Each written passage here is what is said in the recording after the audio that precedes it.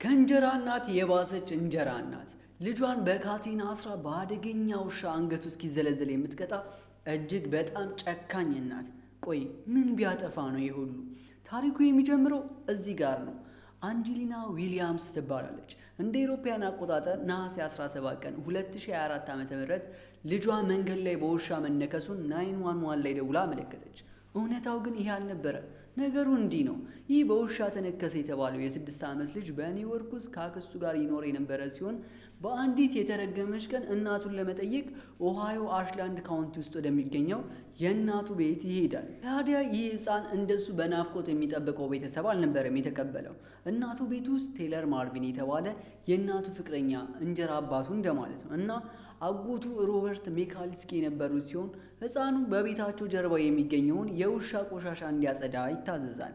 በዚህ ጊዜ እሱ በባዶ እጅ አላጸዳም ሲል አሻፈረኝ ይላል። በጣም የተበሳጨችው እናቱ አንጀሊና ዊሊያምስ ሕፃኑን እጆቹና እግሮቹን በብረት ካቴና አሰረችው። ከዚያም በገመድ ወንበር ላይ ሊያስሩ ሲሞክሩ ሕፃኑ ከወንበሩ ላይ ወደ መሬት ወደቀ። በዚያ ቅጽበት በቤት ውስጥ የነበረው ፒትቡል ውሻ በካቴና የታሰረው ሕፃን ላይ አንገቱን ነክሶ በመያዝ ከባድ ጉዳት አደረሰበት።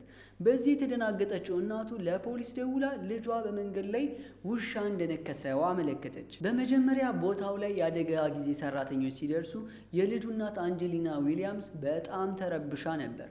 ለአደጋ ሰራተኞቹም እንዲህ ስትል ተናገረች።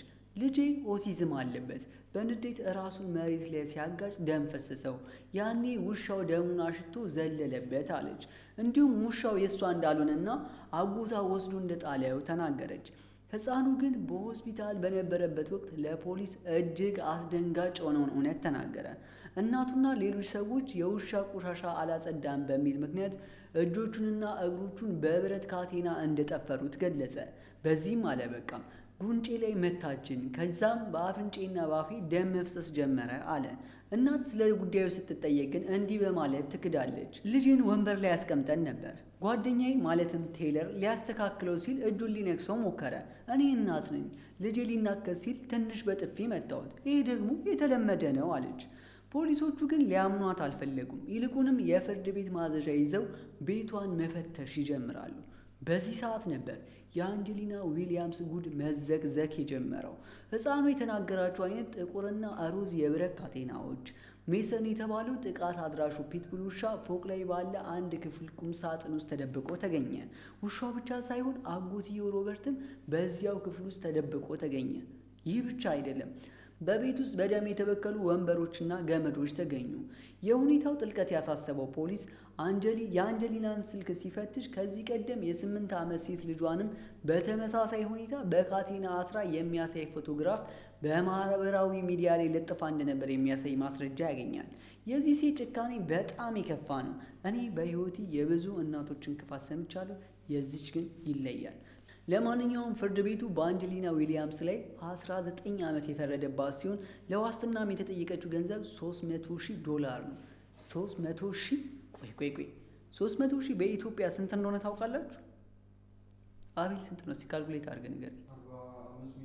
45 ሚሊዮን። እስቲ ያሳየኝ። ይሄ ሁሉ አስባችሁታል? ይህንን ጓስ ሆኖ ከፍሎ የሚያስፈታ ሰው። ለማንኛውም እንቀጥል። ዳኛው ፍርድ ቤት ውስጥ ምን እንደተናገረ ልንገራችሁ። ውሻው የልጁን ጉሮሮ በጣጥሶ ለማውጣት ሞክሯል። በጉሮሮ ላይ በደረሰው ከፍተኛ ጫና ምክንያት አይኖቹና ፊቱ አካባቢ የደረሰውን ጉዳት ለመግለጽ ቃላት አጠረኝ ነበር ያሉት። ምንም እንኳን የደረሰበት ጉዳት ለሞት የሚያደርስ የነበረ ቢሆንም ሕፃኑ በተደረገለት የሕክምና እርዳታ በተአምር ሊተርፍ ችሏል።